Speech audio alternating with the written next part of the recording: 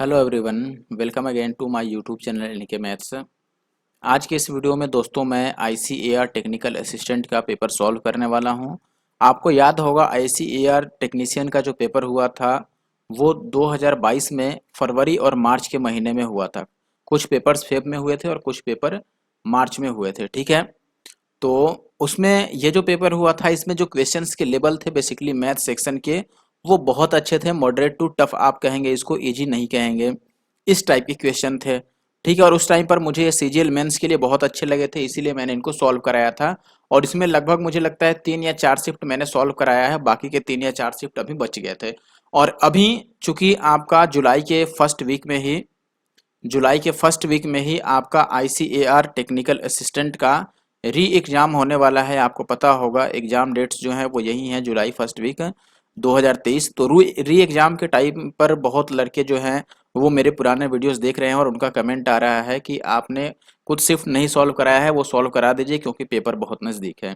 तो इन सभी बातों को ध्यान में रखते हुए मैंने ये फैसला लिया कि ये जो 2-4 शिफ्ट बच गए हैं इनको मैं सॉल्व कर देता हूँ। वैसे भी इनमें आप देखो क्वेश्चन के लेवल बहुत अच्छे मिलेंगे आपको, डेफिनेटली ये सीजीएल मेंस और सीपीओ के पेपर को टक्कर देने के लायक हैं, बल्कि उनसे अच्छे लेवल के क्वेश्चन पूछे गए हैं, चाहे वो अरिथमेटिक हो या फिर एडवांस हो, जो भी हो, ठीक है। तो वीडियो में क्वेश्चन जो हैं आपको फिर से बाईलिंगुअल मिलेंगे। हो सकता है 1 या 2 क्वेश्चन में आपको केवल इंग्लिश या केवल हिंदी मिल जाए, वहां मैं आपको सपोर्ट कर दूंगा, ठीक है। पेपर का डेट आप देख सकते हैं, एग्जाम जो हुआ था वो 4 मार्च 2023 को हुआ था। पहला शिफ्ट है, टोटल 25 क्वेश्चन मैथ्स के पूछे गए थे।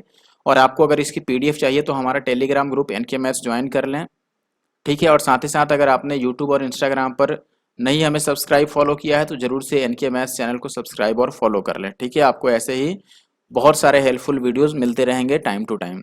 स्टार्ट करता हूं पहले क्वेश्चन से। वीडियो अच्छा लगे तो वीडियो को लाइक और शेयर जरूर से कर दें, साथ ही साथ चैनल को सब्सक्राइब भी कर लें अगर आप नए हैं तो। पहला क्वेश्चन इंग्लिश में ही केवल है, लेकिन आगे आपको हिंदी में मिल जाएगा। मैं आपको बता देता हूँ। ABCD 4 लोग हैं, इन्होंने पैसा इन्वेस्ट किया एक बिजनेस में 3, 6, 2 और 5 के अनुपात में। लेकिन जो पूंजी लगा उसका यूटिलाइजेशन जो हुआ, यानी कि जो उपयोग किया गया वो किया गया 5, 3 और 2, 6 के अनुपात में, ठीक है। तो ये थोड़ा अलग लैंग्वेज आपको देखने को मिल रहा है, ऐसा एसएससी में अभी तक तो मैंने नहीं देखा है, ठीक है। लास्ट में आपसे पूछ रहा है कि what is the difference between shares of A and C out of a profit of this rupees, यानी कि इतने रुपए का कुल लाभ हुआ, इसमें ए और सी के लाभों का क्या अंतर होगा ये बताना है आपको। एक चीज आप समझ लो, जैसे मान लो मैंने ये कहा ए बी और सी डी ने पैसा जो अपने तरफ से दिया वो तो 3, 6, 2 और 5 के अनुपात में पैसा दिया। मान लो मैं ही इन्वेस्टर हूं या फिर मान लो मैं कंपनी हूं और मेरे पास इन्वेस्ट करने के लिए 4 लोगों ने 3, 6, 2 और 5 रुपए दिए। लेकिन मेरा मन है कि नहीं, हम इसे इस रेशियो में डिवाइड करके तब इसका उपयोग करेंगे। तो बेटर होगा कि हम इनको मल्टीप्लाई करके और इक्वेट कर लें।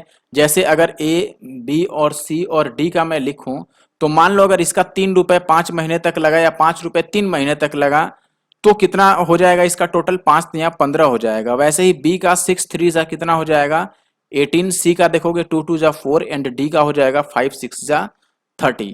तो यहां से जो टोटल इनका सम बन रहा है टोटल वो कितना बन रहा है, ऐड करोगे तो यह आ जाएगा 67। लेकिन क्वेश्चन में टोटल वैल्यू है 50 और 250 के बराबर। हमें ए और सी का डिफरेंस बताना है जो कि 11 आ रहा है, तो 11 की वैल्यू बतानी है। अब अगर 11 की वैल्यू बतानी है, देखो इसमें मल्टीप्लाई करोगे तो 7 5 35 यानी कि लास्ट में 50 आएगा, ये बात फिक्स है। 0 और 5 तो आएगा ही, 7 से मल्टीप्लाई अगर करना है तो लास्ट का 2 डिजिट, ठीक है। तो 11 को भी अगर 50 से मल्टीप्लाई करोगे तो लास्ट में 2 डिजिट 50 ही रह जाएगा, क्योंकि ये ऑड नंबर है। तो लास्ट में 50 केवल ऑप्शन 4 में है और यही आंसर आपका सही है। आप चाहो तो 11 का डिविजिबिलिटी भी चेक कर सकते हो या ओवरऑल काट पेट के आंसर भी निकाल सकते हो। लेकिन एक बात याद रखिए, आईसीएआर में जो क्वेश्चन के लेवल थे इनको अगर दिए गए समय में सॉल्व करना है आपको या कम से कम समय में सॉल्व करना है तो ये सब तरीका आपको उपयोग करना पड़ेगा, ठीक है। नेक्स्ट क्वेश्चन है, आपको इसमें बोला गया है let P and Q be 2 towers with the same base exactly midway between the foot of the 2 towers P and Q, the angles of elevation of their tops is 30 sorry are 30 degree and 60 degree, the ratio of heights of Q and P। Q और P का ratio पूछ रहा है। मान लो ये Q है और ये P है, ठीक है। अब इनको जो मिलाने वाली लाइन है इनके बॉटम्स को, उसका जो मिड पॉइंट है ये वाला मिड पॉइंट यहाँ पर जो एंगल्स बनता है इनके टॉप का वो आपको दे रखा है। एक का एंगल है आपका 60 डिग्री और एक का एंगल है 30 डिग्री। ठीक है, 60 है क्यू का, ये क्यू है और ये पी है मान लो, ठीक है ना। अच्छा, अब हमें इनकी हाइट का रेशियो बताना है। अच्छा, मान लो ये चूंकि मिड पॉइंट है तो मैं इन दोनों को लेंथ को बराबर बराबर मान सकता हूं, ये इसके बराबर है तो दोनों को 1 1, या इजी होगा कि दोनों को मैं √3 मान लूं। √3 होने से फायदा ये होगा कि देखो इसमें इस ट्रायंगल में अगर ये 60 डिग्री है तो ये कितना हो जाएगा, सॉरी ये 30 है तो ये कितना होगा 60। 90 में से हमें माइनस कर लेना है, ये 60 है तो इसको 90 में से माइनस करोगे तो ये 30 आ जाएगा। अब बताओ यहां पर आपने एक चीज पढ़ा होगा, 30 डिग्री के सामने जो भी वैल्यू रहता है, 60 डिग्री के सामने वाली वैल्यू अगर लानी है तो 30 डिग्री वाली में हमें √3 से मल्टीप्लाई करना होता है। तो अगर 30 के सामने √3 है तो 60 के सामने उसका √3 टाइम्स होगा, यानी कि 3। वैसे ही यहाँ पर 60 के सामने √3 है तो 30 के सामने उसको डिवाइड करके लिखना होगा √3 से, तो ये 1 आ जाएगा। तो Q और P का रेशियो 3 और 1 आ रहा है, that means option first will be the answer. चलिए नेक्स्ट क्वेश्चन देखिए, यहाँ पर कह रहा है आपसे the area of a triangular plot having sides 12, 35 and 37 metre is equal to the area of a rectangular field whose sides are in the ratio 3 and 5, the perimeter of the field. अच्छा, मान लो अगर ये rectangular field है, इसके sides जो हैं वो 3x और 5x में मान लेता हूँ। पेरीमीटर कितना होता है 2 × L+B, तो ये दोनों ऐड करोगे 5 और 3 8x, यानी कि 8 दूना 16x। आंसर तो 16 से कटना चाहिए, ये दोनों तो नहीं होगा, यही दोनों पॉसिबल है। अब चलो फिर भी इनमें से सही आंसर तो हमें निकालना ही पड़ेगा, इसके लिए x की वैल्यू चाहिए। x की वैल्यू कैसे निकलेगा, इसका जो एरिया है इस प्लॉट का वो ट्रायंगुलर प्लॉट के एरिया के बराबर है। यही बात है, ट्रायंगल में आपको साइड्स दे रखा है यहाँ पर कि साइड जो है वो 12, 35 और 37 है। अब 12, 35, 37 की बात करें तो ये हैं ट्रिपलेट्स, आपको याद रहने चाहिए, यानी 12 square plus 35 square is equal to 37 square. तो अगर ये ट्रिपलेट्स हैं तो इनका एरिया निकालना इजी है हमारे लिए। ठीक है, एरिया 1/2 बेस इंटू हाइट लग जाएगा। अब देखो इसका एरिया यानी 5 तिया 15x², ये हो जाएगा इसके एरिया के बराबर 1/2 बेस इंटू हाइट। तो बेस हो गया 12 और हाइट में 35 को ले रहा हूँ। सबसे बड़ी साइड को हाइट नहीं ले सकते, ना ही बेस ले सकते हैं, क्योंकि वो हाइपोटेनस होगा। ये 6 टाइम्स कट गया, ठीक है, इसको काटोगे तो ये 5 तिया 15, 2 तिया 6 और ये 5 से 5 7 35, सो दैट x की जो वैल्यू आ गई √14 आ गई। तो ये 16 √14 अपना आंसर हो जाएगा, means option 4 will be the answer. Next question पर आते हैं। नेक्स्ट क्वेश्चन आपके पास है, पाइप ए और बी किसी टंकी को 16 और 24 घंटे में भर सकते हैं। सी खाली करने वाला पाइप है जो अकेले पूरी भरी हुई टंकी को x घंटे में खाली कर सकता है। 9:30 बजे सभी तीनों पाइपों को एक साथ खोला गया। सी को 12:30 बजे बंद कर दिया गया। यदि टंकी उसी दिन 7:30 बजे भर गई थी तो x का मान क्या होगा। ओके, देखिए अब मान लेते हैं हमने कि ये ए है भाई, इसने 16 घंटे में टंकी को पूरा भर दिया। बी जो है ये 24 घंटे में भर सकता है और सी जो है ये खाली कर सकता है। ठीक है, अब देखो अगर मैं इनका एलसीएम ले लूँ सबका तो ये टोटल वर्क हो जाएगा या फिर कैपेसिटी हो जाएगी टंकी की कि उसमें कितना वाटर आ सकता है। तो 16 और 24 का जो एलसीएम बनेगा that is 48, it means this is the total work. अच्छा, 16 से अगर 48 को डिवाइड करोगे 3 आएगा, यानी कि पर यूनिट ए जो है वो 3 लीटर पानी भरता है, ठीक है, पर आवर। तो 16 घंटे में 48 लीटर भर देगा। ऐसे ही ये 24 दूना 48 होता है 2, यानी कि बी हर एक घंटे में 2 लीटर पानी भरता है। एक्स का पता नहीं अभी कितना खाली करता है। ठीक है, अच्छा देखो अब अगर हम बात करें, क्वेश्चन में ये बोला गया है कि सबको एक साथ ओपन किया गया था कितने बजे भाई, 9:30 पर, और 7:30 तक ए और बी चले हैं। सी को बीच में बंद कर दिया गया है, लेकिन ए बी शुरू से अंत तक यानी कि पूरे 9:30 से 7:30 तक 10 घंटे तक चले हैं। तो 10 घंटे में ए और बी कितना पानी भरेंगे बताओ आप। एक घंटे में ए और बी मिलके 3 और 2 5 लीटर भरते हैं, तो 10 घंटे में ये 10 बचे 50 लीटर पानी ये भर देंगे। बात है कि नहीं। ठीक है, अब बताओ ये 50 लीटर पानी भर दिए लेकिन कैपेसिटी तो 40 लीटर की है। अब बताओ ए और बी गधे थोड़ी हैं कि 48 लीटर की अगर कैपेसिटी है तो 50 लीटर पानी ये भर देंगे। बिल्कुल गधे नहीं है, गधा तो सी है, वही 2 लीटर खाली कर देता है। आप बताओ इनको 50 लीटर भरने की जरूरत क्यों है, 48 के बदले में 50, यानी कि 2 लीटर इन्होंने ज्यादा भरा है। और उसका कारण ये है कि सी ने वो 2 लीटर खाली कर दिया था, इसीलिए ए और बी को 2 लीटर ज्यादा भरना पड़ा। अब बताओ सी जो है ये 2 लीटर पानी खाली कर सकता है कितने घंटे में भाई, कितने घंटे काम किया है, 9:30 से 12:30 तक, यानी कि 9 3 12, 3 घंटे में इसने 2 लीटर पानी खाली किया। तो 48 लीटर पानी कितने घंटे में खाली करेगा, ये 24 गुना हो रहा है, तो इधर भी 24 से गुना कर दो, 24 या 72 घंटे में, 72 घंटे में ये पूरा खाली करेगा। ओके, आई होप कि आप बात समझ गए होगे। बढ़ते हैं आगे और अगले क्वेश्चन पर आते हैं। नेक्स्ट क्वेश्चन, क्वेश्चन नंबर 5 की बात करें। शांत जल में एक नाव की चाल 18 है और धारा की चाल चाल 6 है। नाव को धारा के विपरीत अगर 90 किलोमीटर और धारा की दिशा में 72 किलोमीटर ले जाना हो तो टाइम कितना लगेगा? आप बताओ, अप स्ट्रीम में स्पीड कितना हो जाएगा? अप स्ट्रीम में हम नाव की चाल और धारा की चाल को डिफरेंस कर लेंगे, यानी कि माइनस कर लेंगे, तो 12 किलोमीटर प्रति घंटा ये स्पीड हुआ। डाउन स्ट्रीम में दोनों को प्लस कर लेंगे तो 18 और 6 24 किलोमीटर पर आवर ये स्पीड हुआ। अब जब 12 की स्पीड से चलता था तो विपरीत दिशा में वो 90 किलोमीटर चल रहा है। ठीक है, यानी कि यहाँ पर टाइम लग जाएगा 90/12 और यहाँ पे टाइम कितना लग जाएगा 72 और बटा 24। तो 24 तिया 72, 3 घंटे यहाँ, और ये देखो 12 से डिवाइड करोगे तो ये 12×7 = 84। ठीक है, और 12×5 = 60, 7.5 लग गया। तो यहाँ पर 7 और 3 10, 10.5, यानी कि ऑप्शन ए जो है वो सही उत्तर है। क्वेश्चन नंबर 6 की अगर मैं बात करूं, एक माली एक बगीचे में पेड़ों को इस तरह से रोपना चाहता है कि कोई भी पेड़ बिना रोपित न रहे। ठीक है, यानी कि बिना प्लांट किए हुए ना रह पाए। यदि प्रत्येक पंक्ति में पेड़ों की संख्या समान है और बगीचे में 105 या 210 या 315 या 525 पंक्तियां हैं तो रोपे गए पेड़ों की न्यूनतम संख्या क्या हो सकती है? अब देखो, यहाँ पर आपको मिनिमम नंबर बताना है। मिनिमम नंबर का मतलब, ये क्वेश्चन देखने में आपको बहुत अटपटा लग रहा होगा, उल्टा पुल्टा टाइप का, लेकिन मिनिमम नंबर निकालने का मतलब है एलसीएम निकालना। तो इन सब का एलसीएम निकाल लो। 105 को ब्रेक करोगे तो ये आ जाएगा आपका 3×5 = 15, 7 105। 210 लाना है तो इसका डबल हो गया। 315 लाना है तो 105 का 3 गुना है, तो यहाँ तक तो 105 था ही, एक और 3 ले लो। 525 कैसे ला सकते हैं? इसको ब्रेक करोगे अगर 5 से तो 10×5 = 50 और 5×5 = 25। 105 गुना 5 हो रहा है तो 105 तो यहीं आ गया है, बस एक बार 5 और लगा दो। ठीक है, इन सब का जो प्रोडक्ट होगा वही एलसीएम होगा और वही आंसर होगा।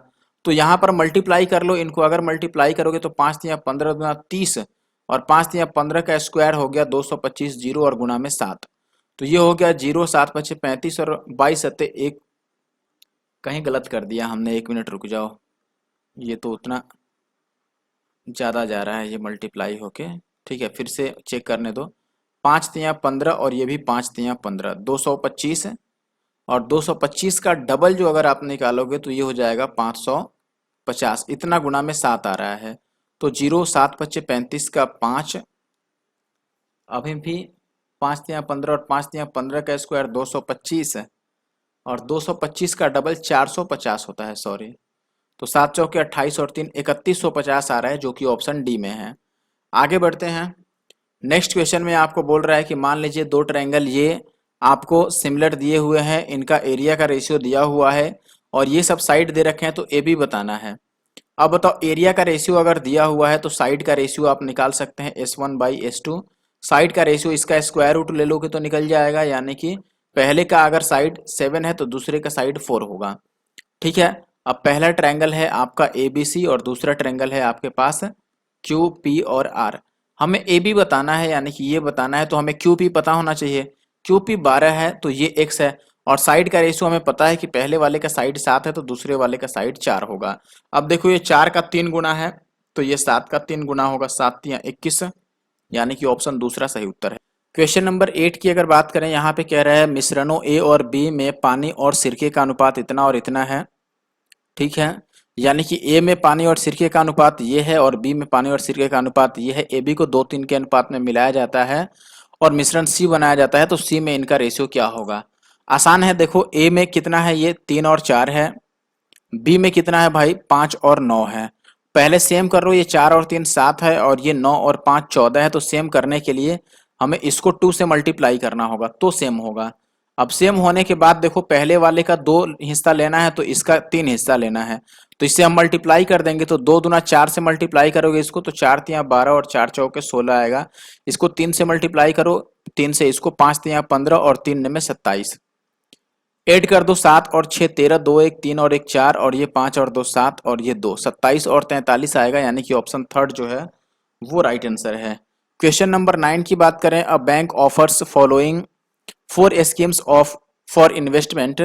If a customer wants to invest an amount of rate P, then which scheme is more beneficial for a customer after a period of 1 year? ठीक है, ये देखो अलग अलग रेट ऑफ इंटरेस्ट दिया है कंपाउंड का और सिंपल का। आपको बताना है कि अगर कुछ रुपए एक साल के लिए इन्वेस्ट करना हो तो कौन सा ज्यादा बेहतर होगा।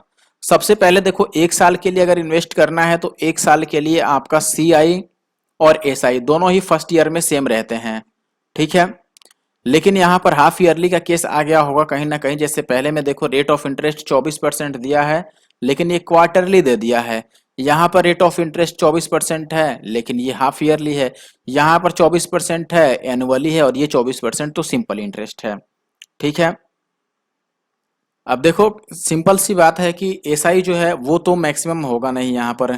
क्यों नहीं होगा? क्योंकि SI एक ही बार बस 24% देगा, और एक साल के लिए जो CI लगेगा वो भी SI के बराबर ही लगेगा, तो ये भी नहीं हो सकता है। इन दोनों, ये दोनों तो वैल्यू बराबर ही हो गया, ना कोई बड़ा हुआ और ना ही कोई छोटा हुआ। बच गया 24% को क्वार्टरली और 24% का हाफ ईयरली। 24% का अगर हाफ ईयरली लोगे तो ये 12% दो बार लगेगा, और अगर 24% का क्वार्टरली लोगे तो ये 4 बार लग जाएगा आपका। तो 4 से डिवाइड करोगे तो 6% 4 बार लगेगा। तो जितना ज्यादा टाइम रहेगा डेफिनेटली, देखो जब भी दोनों का सम अगर सेम हो आर का, लेकिन जिसका साइकिल ज्यादा पूरा होगा यानी कि जो ज्यादा टाइम के लिए है, वो हमेशा आपको इंटरेस्ट ज्यादा देगा। ठीक है, क्यों? क्योंकि इसमें मान लो पहले साल में 12% आपको लगेगा जो SI के बराबर होगा। अगली बार जो इंटरेस्ट होगा वो प्रिंसिपल में ऐड हो जाएगा और उसका 12% लग जाएगा। यहां पर देखो प्रिंसिपल में कितना बार ऐड होगा, एक बार यहां, एक बार यहां, एक बार यहां, 3 बार ऐड होगा। तो इसीलिए 24% वाला वैल्यू ज्यादा होगा और पहला ऑप्शन अपना सही आंसर है। लेकिन मुझे लगता है कि आप में से 80% ऐसे लोग होंगे जो ये बात नहीं समझ पाए होंगे। नहीं समझ पाए हैं तो मैं थोड़ा सा आपको ओवरव्यू देके बताता हूं। जैसे 12% अगर 2 बार लगाना है तो CI परसेंट कितना बनेगा, आप यहाँ पे परसेंटेज वाला ये फॉर्मूला लगा लो, प्लस AB/100, A+B और प्लस AB/100%, ये CI दे देगा आपको। तो ये 12 और 12 24 हो जाएगा, और प्लस 12 का स्क्वायर 144/100, यानी डेसिमल यहाँ आ जाएगा। तो 24 और 1 25.44%। ये 2 साल में 25.44% आपको देगा प्रिंसिपल का। अब इसका चेक करो, ये देखो 6 और 6, अगर इसका 2 साल का निकालोगे मान लो, तो 6 और 6 12, और 0.6 का स्क्वायर 36 आ जाएगा। ये 2 साल का आ जाएगा 12.36। दोनों को भी कंबाइन करना होगा क्योंकि पूरा 4 साल है। इन दोनों को जो कंबाइन करोगे तो ये आ जाएगा 12 और 12 24.72, और प्लस में इनका प्रोडक्ट और डिवाइडेड बाई 100। अब देखो इनका प्रोडक्ट और डिवाइडेड बाई 100, क्या इसको इससे ज्यादा नहीं हो जाएगा? क्योंकि ये बस 25.44 है और ये 24.72 तो पहले ही हो चुका है। फिर इनका प्रोडक्ट अगर मैं केवल 12 भी मानता तो 12 का स्क्वायर 144 होता और डिवाइडेड बाई 100 इतना आ जाता। ठीक है, और फिर ये 1 ऐड करते आप तो ये आ जाता 4 और 2 7 4 11 का 1, और 25 और 1 26, तो यही आ जा रहा है। जबकि मैंने 36 नहीं लिया फिर भी ये ज्यादा हो जा रहा है। तो ये बात आपको समझना पड़ेगा कि जहां टाइम ज्यादा है, ज्यादा साइकिल पूरा हो रहा है, वहां पर आपको इंटरेस्ट ज्यादा मिलेगा। तो ऑप्शन ए में सबसे ज्यादा इंटरेस्ट मिलेगा और वही इसके लिए बेनिफिशियल है। नेक्स्ट क्वेश्चन है, ए जो है वो सेल करता है कार बी को 10% लॉस पर, और बी उसके लिए 5,40,000 रुपए 20 उसको सेल करता है इतने में 20% के प्रॉफिट पर। ठीक है, then 10% of cost price of the car A, यानी कि ए का जो कॉस्ट प्राइस था उसका 10% कितना होगा। देखो ए ने बी को 10% हानि पर बेच दिया और बी ने उसे 5,40,000 में 20% के लाभ पर बेचा। तो ए के लिए अगर आप पहले कॉस्ट प्राइस निकालोगे तो आप बोलोगे 5,40,000 का 20% लाभ हुआ है तो 100/120, और 10% एक बार हानि हुई है तो 100/90। काट लो तो ये 2 जीरो से ये 100 चला गया। ठीक है, और 12 नमे 108, तो 54 से 2 बार में कट जाएगा, और 2 से ये 50 बार में। तो इसका जो CP बन गया ए के लिए वो बन गया 50 पर 2 और 2 4 जीरो। ठीक है, यानी कि ये 5 लाख रुपए बन गया। तो इसका 10% कितना बनेगा दोस्तों? 50,000 बनेगा। ऑप्शन डी सही है। 10% तो आप इजीली निकाल सकते हो, एक जीरो बस कट करना है, 10% आ जाएगा। क्वेश्चन नंबर 11 की बात करें तो यहाँ पर कह रहा है, a person invested a sum of rate 4,500 at R% per annum at simple interest, and a sum of this rupees at R-2% per annum at simple interest. If the total interest earned on both the investments for 5 years is this rupees, then the average of the rate of interest on both the investments. ठीक है, average rate पूछ रहा है तो पहले rate तो दोनों का निकालना ही पड़ेगा, तभी तो एवरेज निकलेगा। क्यों? चलो ये बस टाइम टेकिंग करने के लिए इन्होंने क्वेश्चन ऐसा लिख दिया है। 4500 का पहले निकाल लो आप, तो 4500 P into R into T by 100, into R into time कितना है भाई, टाइम तो दोनों में 5 ही है तो 5 रख लेते हैं, और डिवाइडेड बाई 100, और दूसरे में मिलेगा आपको 6750 और इंटू R-2, और यहाँ भी 5 साल और डिवाइडेड बाई 100, और ओवरऑल ये बन गया 4668 और 0.75, ये बात है। अगर मैं दोनों का 100 लेके राइट साइड में आ जाऊं तो ये बनेगा आपको कितना बन जाएगा भाई, चलो 5 कॉमन है तो 5 से हम काट भी सकते हैं, यहाँ पर इस 5 को काट दिया, इस 5 को काट दिया, और इसको 5 से काटते हैं तो ये कट जाएगा 5 में 45, और फिर 5 तिया 15, और फिर से 5 तिया 15, 5 सते 35 और 5 बचे 25, ठीक है, ये आ जाएगा। 5 से काटोगे आप तो इतना आ जाएगा। अभी देखो ये फिर से एक बार हम 25 से इसको काट सकते हैं, 25 से इसको, या नहीं काटो, चलो काटने का कोई फायदा नहीं, बाद में देखेंगे हम। तो ये बच गया आपका 4500 और आर, और प्लस ये बन गया आपका 6750 और आर, और माइनस इसका डबल 0, 5 दूना 10 का 0, 7 दूना 14, 1 15, 6 दूना 12 और 1 13, 13,500 बन गया, और ये आ गया आपका 933 और 75, राइट। चलिए इसको ऐड कर लीजिए आप, तो ये आपका आ जाएगा 0, फिर आ जाएगा 5, फिर आ गया 7 और 5 12 का 2, 6 4 10 और 1 11, इतना आर आ गया। इसको राइट साइड में ले जाके ऐड करोगे तो 75 तो ऐसे ही रह जाएगा, फिर 5 और 3 आ जाएगा 8, और 3 और 3 6 और 9 और 1 10, तो यहाँ से आर की वैल्यू जो आप निकालोगे तो आएगा 106875 डिवाइडेड बाई 11250। अच्छा मान लो अगर मैं एवरेज की बात करूं कि जो एवरेज निकालना है हमें वो रेट ऑफ इंटरेस्ट का निकालना है, तो एवरेज कैसे निकालोगे आप, सम और अपॉन नंबर, तो आर और आर माइनस 2 का सम हो जाएगा 2 इंटू आर माइनस 1, 2 से डिवाइड कर दोगे तो ओवरऑल हमें आर माइनस 1 निकालना है। इसको अगर मैं काटने की कोशिश करूं तो ये 95 टाइम्स कटेगा, तो इस 0 से डिवाइड कर दो, 0 यानी कि 10 से, तो 9.5 आ रहा है, तो आर माइनस 1 कितना हो जाएगा 8.5, यानी कि ऑप्शन दूसरा जो है सही आंसर है। ये इसमें कैलकुलेशन है इस क्वेश्चन में थोड़ा बहुत। नेक्स्ट क्वेश्चन है the average of 27 numbers is 77, the average of first 14 numbers is 74 and the average of last 14 numbers is 84, if the 14th number is excluded what is the average of the remaining numbers। देखो 14 number को इसने हटा दिया। अच्छा एक बात आप देखिए, 27 संख्याओं का औसत 77 था, यानी सबका वैल्यू 77 है, ठीक है। पहली 14 संख्या इनका एवरेज 74 है, यानी कि सबका वैल्यू 74 हो गया, तो 77 से ये कितनी कम है, 3 कम है। 14 संख्याएं अगर 3 कम है तो ओवरऑल 14 तिया 42 कम हो गया। अगली 14 संख्याएं इनका एवरेज जो है 84 है, यानी कि ओरिजिनल एवरेज से 3 और 4 7 ज्यादा है। 14 संख्याएं अगर 7 7 ज्यादा है तो 14 सत्ते 98 ज्यादा हो गया। ओवरऑल डेविएशन कितना आ गया, 98 में से 42 को माइनस कर दो, 56 का डेविएशन आ गया, यानी कि जो 14वीं संख्या है, बीच वाली संख्या है, वो भाई 56 ज्यादा है, तो उसको 56 कम करना पड़ेगा, जब वो जाएगा तो 56 सबका कम हो जाएगा। 14वीं को जो हम भगाएंगे तो 14वीं के भागने से 27 में से अब जो 26 संख्याएं बच गई, तो 26 संख्याएं में बराबर बराबर वैल्यू कम होगी, और कितना वैल्यू कम होगा भाई, 56 को 26 बराबर भागों में डिवाइड कर दो, तो ये आ जाएगा 28 दूना 56, और ये 13 दूना 26, 13 से डिवाइड कर दोगे 13 दूना 26, और पॉइंट लगेगा भाई तो 2 और 0 13 एक बार में, लगभग 2.1 कम हो जाएगा। ओरिजिनल एवरेज 77 था, अगर इसमें से 2.1 कम करोगे तो ये आ जाएगा 10 में से 1 गया 9, और ये लगभग लगभग 78 पॉइंट समथिंग आएगा, जो कि ऑप्शन डी के बराबर है, ठीक है। 78 बोल रहा हूँ, सॉरी 74, ठीक है ना, 7। ओके ये क्वेश्चन देखिए अब, इसमें आपको बोला गया है कि एक निश्चित कार्य को ए 30 दिन में कर सकता है, बी ए से 25% कम कुशल है, और सी बी से 60% अधिक कुशल है। बी सी ने 10 दिन तक काम किया साथ मिलकर के, ए अकेले बाकी काम को कितने दिन में करेगा। देखो सबसे पहले अगर मैं एफिशिएंसी की बात करूं तो ये कह रहा है कि ए बी से 25% कम कुशल है, ये ए हो गया, बी हो गया और सी हो गया। 25% का मतलब 1/4 होता है, यानी कि ए की वैल्यू 4 है तो बी की वैल्यू 3 हो जाएगा, 25% कम है। और सी जो है वो बी से 60% अधिक है, ठीक है, सी बी से 60% अधिक है, इसका मतलब हुआ कि इससे 60% ज्यादा होगा, ठीक है। तो इसका 10% हो गया 0.3, तो 60%, जीरो, चलो जीरो लगा लेते हैं, ज्यादा इजी होगा, 30 और 40 मान लेते हैं, तो इसका 60% कितना होगा, 6 तिया 18 ज्यादा है, यानी कि ये वैल्यू 48 हो गया। यही बात है, 2 से अगर मैं काट दूं तो ये 20 बनेगा, और ये 15 बनेगा, और ये 24 बनेगा, तो ये इनकी एफिशिएंसी का रेशियो हो गया। टोटल वर्क कितना होगा, तो आप बोले हैं कि देखो ए का पता है कि ये 30 दिन में काम कर सकता है, ए अगर एक दिन में 20 काम करता है तो 30 दिन में वो 600 काम करेगा, यानी कि टोटल काम 600 का हो गया। और बीसी ने 10 दिन तक काम किया है, तो बीसी का अगर 10 दिन का काम हम इसमें से माइनस करते हैं, बताओ बी और सी मिलके 39 काम एक दिन में कर रहे हैं, ठीक है।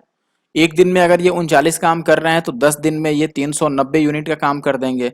बाकी कितना रह गया, 210 यूनिट का काम रह गया, और ये 210 यूनिट का काम अब किसको करना है, ए को। तो ए के लिए टाइम कितना लगेगा, टाइम का आपको फॉर्मूला पता होगा, वर्क बाई एफिशिएंसी। वर्क है इसके लिए 210 यूनिट और एफिशिएंसी इसकी 20 की है। तो ये 0 से 0, 10 दूना 20 और 1/2 यानी कि 10.5 दिन इसको लगेंगे, ऑप्शन थर्ड।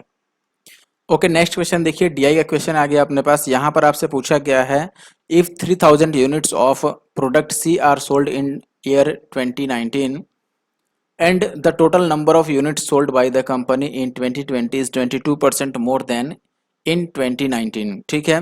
तो आपसे पूछ रहा है कि then how many units were sold by the company in 2020। देखो 2020 में टोटल कितना यूनिट सेल किया गया। सबसे पहले आप समझो सी के लिए कितना इसमें वैल्यू प्रोवाइडेड है। सी के लिए 120 डिग्री, अगर डिग्री में बात करें तो डिग्री में टोटल जो वैल्यू होता है वो होता है 360 डिग्री, और सी के लिए स्पेशली है 120 डिग्री। और 120 डिग्री की वैल्यू अगर मान लो यहाँ पर 3000 दिया गया है, 2019 के लिए मैं बात कर रहा हूँ, ये है वर्ष 2019 के लिए।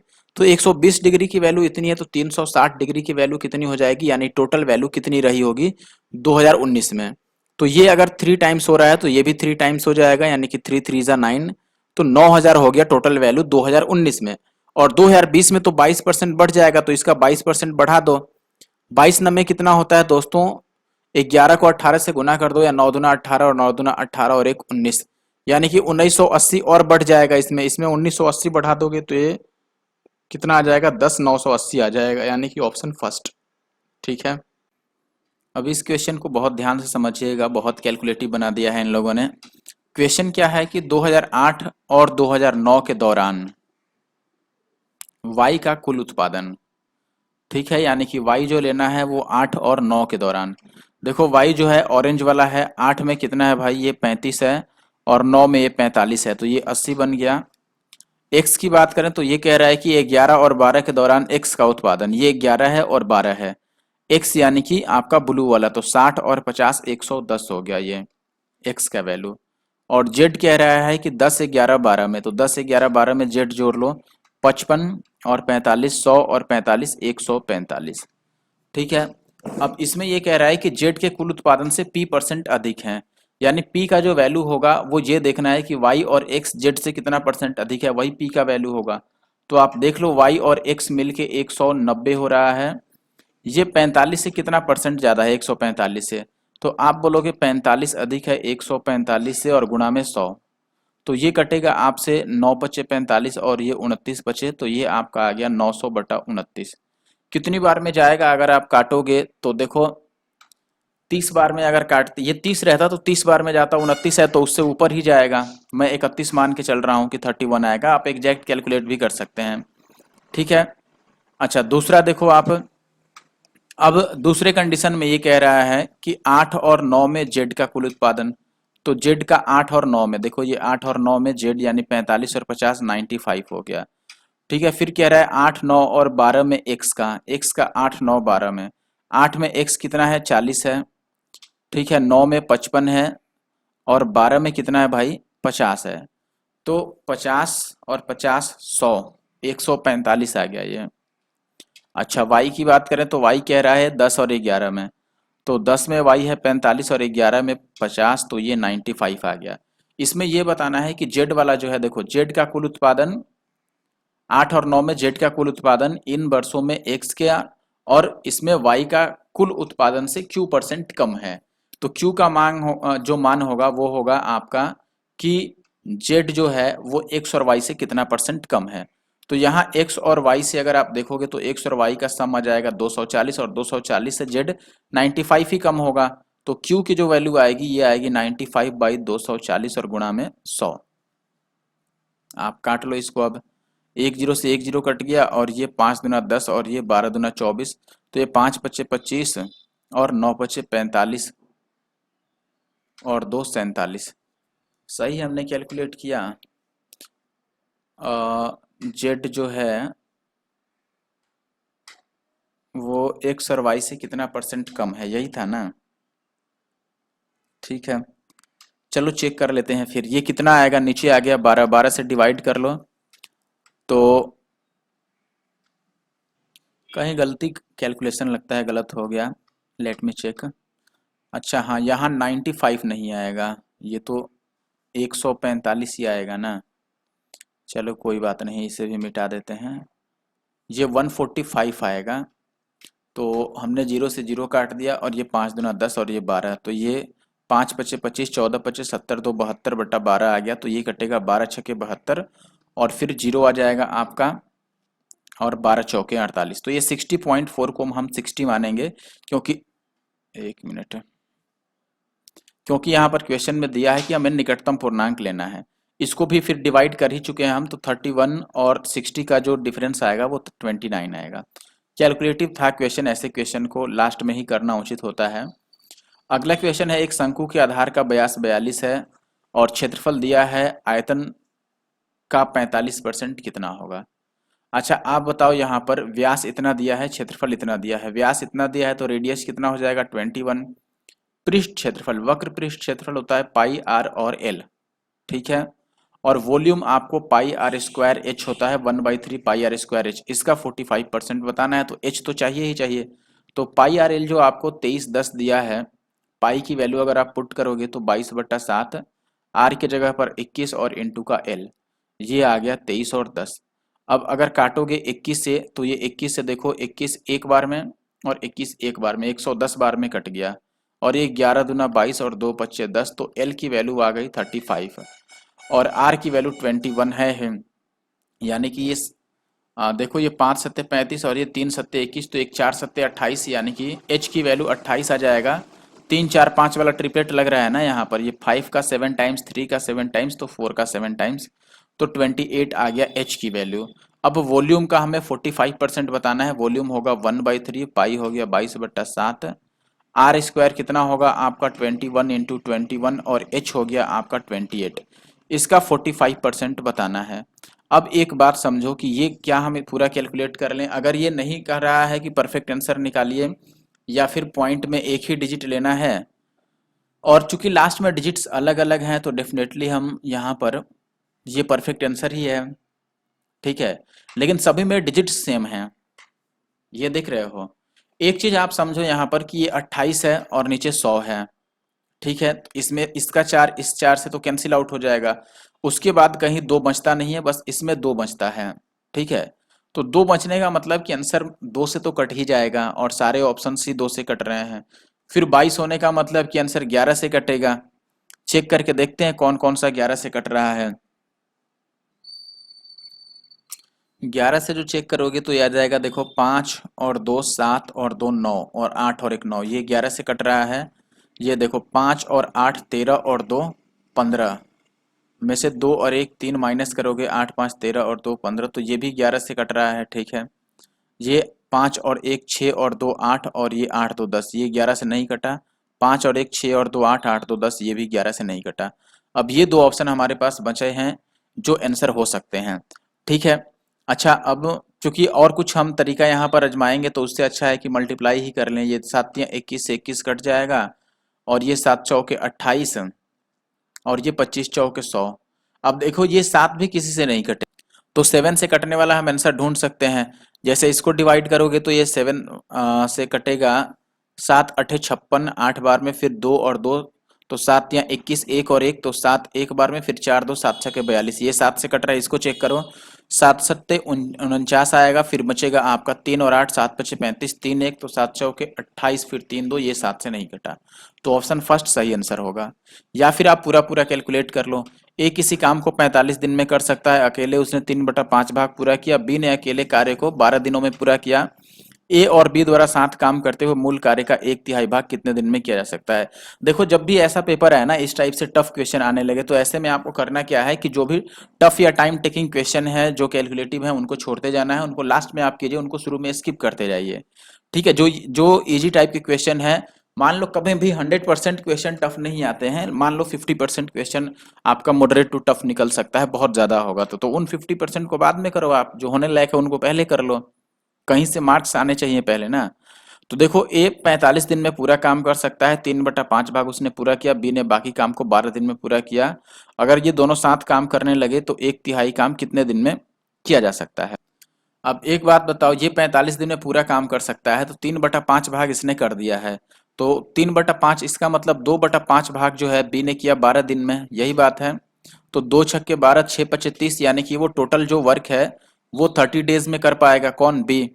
अब अगर मैं ए की बात करूं, ये 45 दिन लेता है, बी जो है ये आपका 30 डेज लेता है, तो दोनों का एलसीएम जो आ जाएगा ये 90 आ जाएगा। इसका एफिशिएंसी 2 आ गया, इसका एफिशिएंसी 3 आ गया।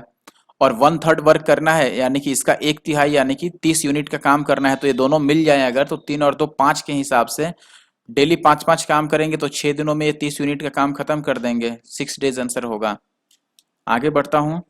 अब इस टाइप के जो क्वेश्चन है ये आप पहले कर सकते थे, ठीक है। नेक्स्ट क्वेश्चन है 2020 में ए और बी का अनुपात इतना था, ए और बी इतना इतना की बचत करते थे और व्यय, ए का व्यय बी के व्यय के 66 2/3% के बराबर था। 2021 में ए की आय में 27% की वृद्धि हो गई, बी की आय में 11% की कमी हो गई, तो 21 में ए और बी का कुल आय कितना होगा। ये क्वेश्चन भी इन्होंने कैलकुलेटिव बनाने का कोशिश किया है, लेकिन हम क्रॉस प्रोडक्ट लगाते हैं। जैसे मान लो ए और बी की अगर मैं बात करूं तो इनकम का रेशियो क्या है, ए का और बी का, आप बोलोगे इनकम है 5 और 7। एक्सपेंडिचर यानी व्यय का क्या अनुपात है, देखो यहाँ पर 66 2/3% का मतलब होता है 2/3, यानी कि ए का अगर मान लो एक्सपेंडिचर 2 है तो बी का एक्सपेंडिचर 3 हो जाएगा। और हमें यहाँ पर बचत का वैल्यू दिया हुआ है कि इसका बचत 4 के है, इसका बचत 5 के है। अब क्रॉस प्रोडक्ट अगर अप्लाई करोगे तो ये 5 तिया 15 और 7 दूना 14, डिफरेंस 1 आ गया। और ये 5 दूना 10 और ये 4 तिया 12, 10 और 12 का डिफरेंस 2 के आ गया। 1 की वैल्यू अगर 2 के है तो 5 की वैल्यू कितनी हो जाएगी, 10 के। ये ए का इनकम हो गया, बी का इनकम 7 था तो 7 की वैल्यू 7 2 जा 14 की आ गया। अब कह रहा है कि ए का जो इनकम है वो 27% बढ़ गया, तो जो 10 के है यानी 10,000 है, इसको अगर 27% आप बढ़ा दोगे तो ये 2 जीरो से 2 जीरो, ये आ जाएगा 127 पर 2 जीरो। ये हो गया ए का इनकम। अगर बी का इनकम आप निकालोगे तो ये 14,000 है, इसको 11% कम करोगे क्योंकि 11% कम हो रहा है तो 89 आ जाएगा, 2 जीरो से 2 जीरो कटेगा। मल्टीप्लाई करोगे तो 14 9 126 बच जाएगा, 12 14 अट्ठे 112 और 12 124, इतना आ जाएगा। अगर प्लस करोगे तो लास्ट में 60 आएगा, इसमें लास्ट में 60 नहीं है, इसमें लास्ट में 60 नहीं है। देखो, और 12 12 24 से तो ज्यादा आएगा तो 25 ये है, ये तो 24 से कम है। दोनों को प्लस करके आप चेक कर रहे हैं ना, ऑप्शन फर्स्ट आएगा ही आएगा।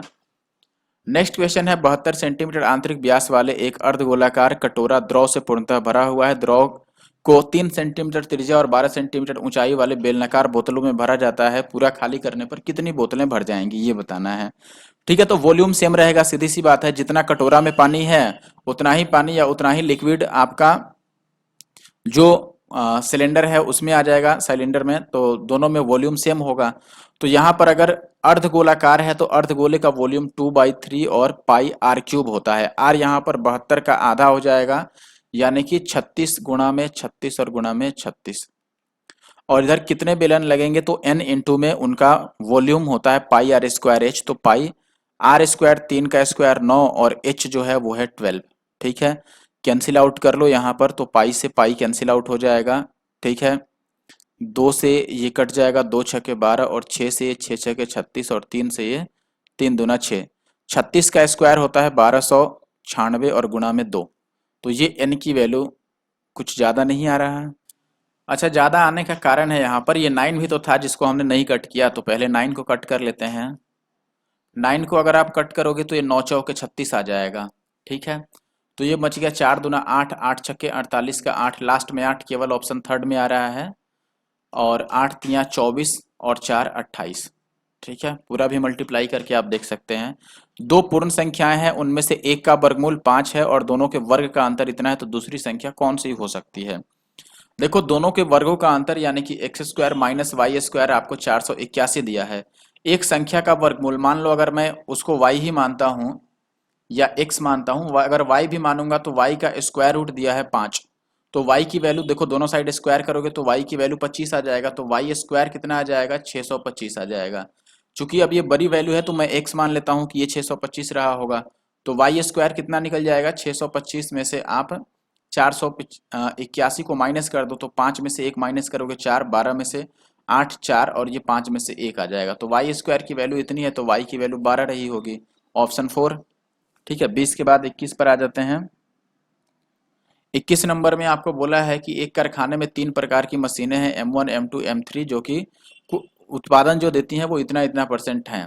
अब ये कह रहा है कि M1 M2 और M3 में 3%, 4% और 5% दोषपूर्ण उत्पादन इन्होंने किया है, तो दोष रहित कितना प्रतिशत किया है। ठीक है, देखिए अब क्या कर सकते हैं, सबसे पहले तीनों का हमें दोषपूर्ण निकालना होगा। ठीक है, तो या फिर दोषपूर्ण हटा दो, आप एक ही बार ये निकाल लो कि बिना दोष वाला कितना है, यानी कि एरर फ्री। अब देखो यहाँ पर जैसे मान लो M1 का उत्पादन है 25%, अगर मैं तीनों के लिए मान लेता हूँ कि हजार वैल्यू है M1 का भी, M2 का भी और M3 का भी, ये टोटल उत्पादन हो गया। तो M1 जो है वो 25% करता है, यानी कि इसमें से 250 करेगा, ये करेगा आपका 35% यानी 350, और ये 40% यानी कि 400।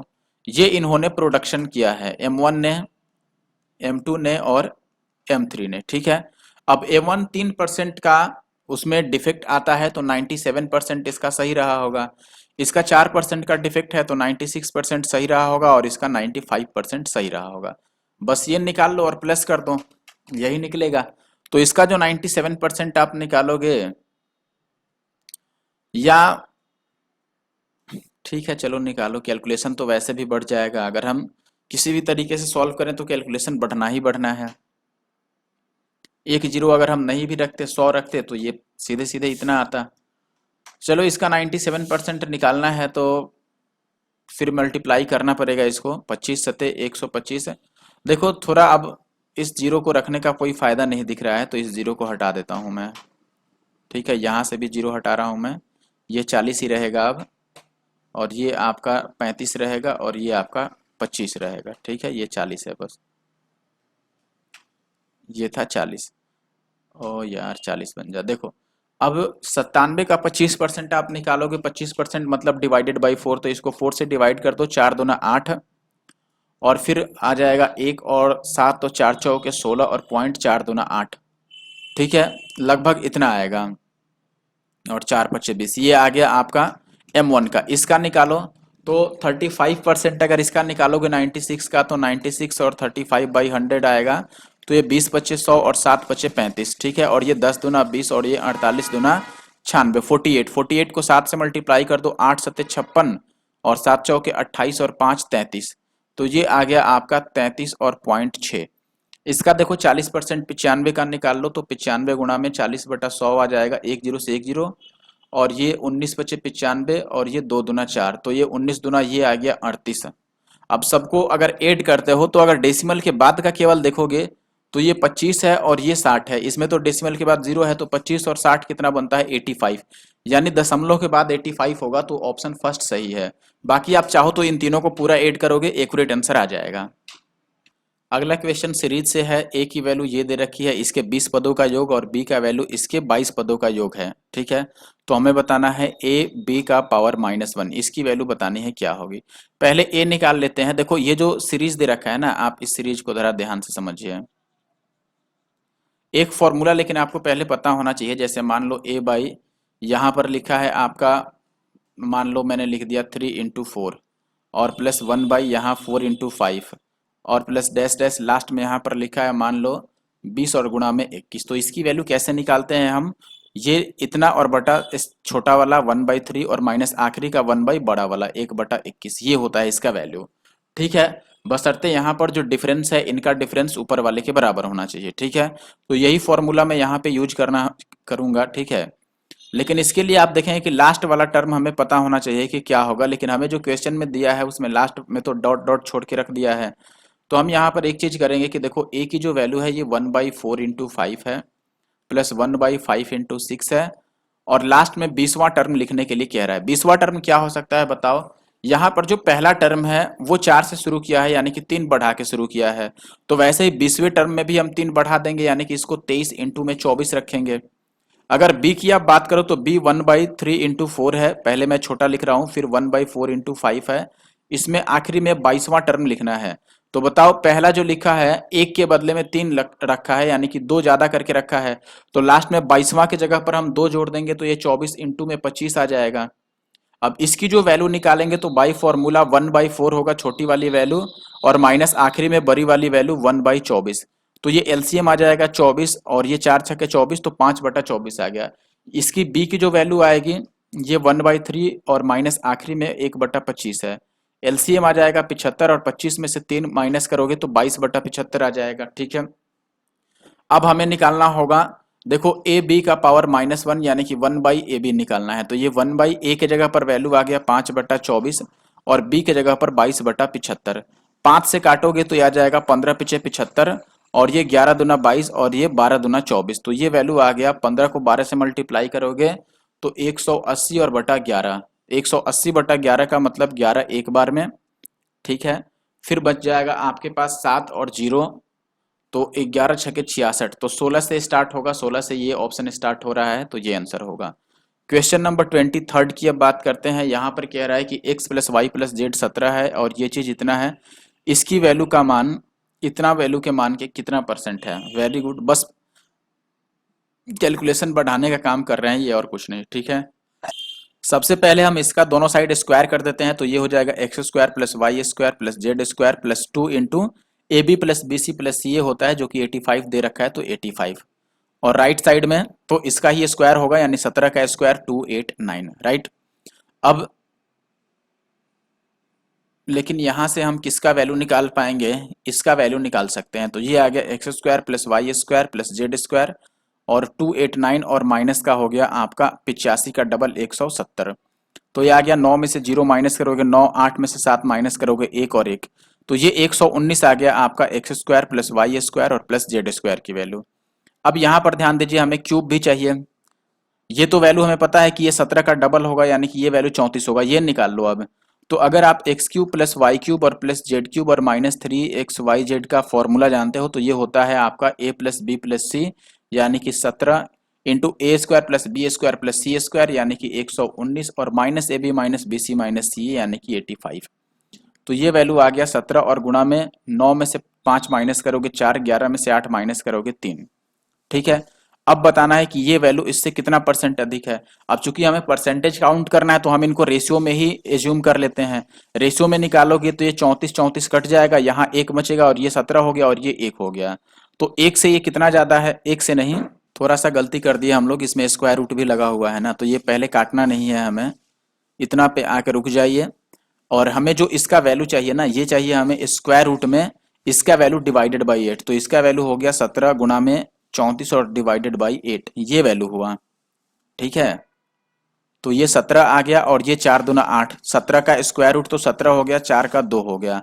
ठीक है, अब दोनों का रेशियो ले लो कि कौन कितना प्रतिशत के बराबर है। इसका मान यानी कि 17 बटा जो 2 है, वो इसका कितना % है 34 का, तो डिवाइडेड बाई 34 और गुणा का 100 होगा। इसको मैं सही से लिखूं तो 17 बटा 2 गुणा में 34 और गुणा में 100, तो ये 17 दूना 34 और 4 से 25 चौके 100, तो 25% आएगा। ऑप्शन डी जो है वो सही उत्तर है। ठीक है, आगे बढ़ते हैं। 24 नंबर सवाल, एक कंपनी का 4 छूट दिया हुआ, इसमें से बताना है सबसे अच्छा कौन है। तो ये देखो, जो डिफरेंस आता है वो लास्ट में आता है। ऐसे तो सब वैल्यू आप ऐड करोगे तो सब में बराबर ही आएगा, जैसे ये भी प्लस प्लस करोगे 40, ये भी प्लस करोगे 40, ये भी 40, ये भी 40। जो डिफरेंस आएगा देखो प्लस का, ये 25 गुना में 15, तो 25 पचे 125 का 5, और 25 और 12 होता है आपका 37। ठीक है, तो ये डेसिमल लगाओगे 3.75 आ गया। ये इसको मल्टीप्लाई करोगे तो ये कितना आ जाएगा, 300, और 100 से डिवाइड करोगे तो 3। इसमें देखो 35 पचे कितना होता है, 5 पचे 25 और 3 पचे 15 और 2 17, 175, तो यहाँ पे डेसिमल। और ये 20 20 को मल्टीप्लाई करोगे 400, तो ये 4 आ जाएगा। तो सबसे ज्यादा कौन बन रहा है, 4 वाला, तो फोर्थ वाला सबसे अच्छा है, ऑप्शन डी। ठीक है, फॉर्मूला यूज कौन सा किया मैंने, a + b + ab by 100, और मैंने बस ये लास्ट वाला काउंट किया है क्योंकि a + b तो सब में सेम ही था, और ab by 100 जो सबसे ज्यादा हुआ वो चौथे का हुआ, तो चौथा अपना सही है। आखिरी प्रश्न पर आते हैं, ये दिया है तो इसका मान पूछ रहा है। अच्छा ठीक है, देखो ओवरऑल हमें निकालना तो यही पड़ेगा, 3/2 तो लास्ट में ऐड करना है बस। ठीक है ना, अब ये क्यूब कैसे निकलेगा, इसके लिए हमें x + 3/2 x, इसकी वैल्यू पता होनी चाहिए, तभी क्यूब करेंगे तो ये निकलेगा।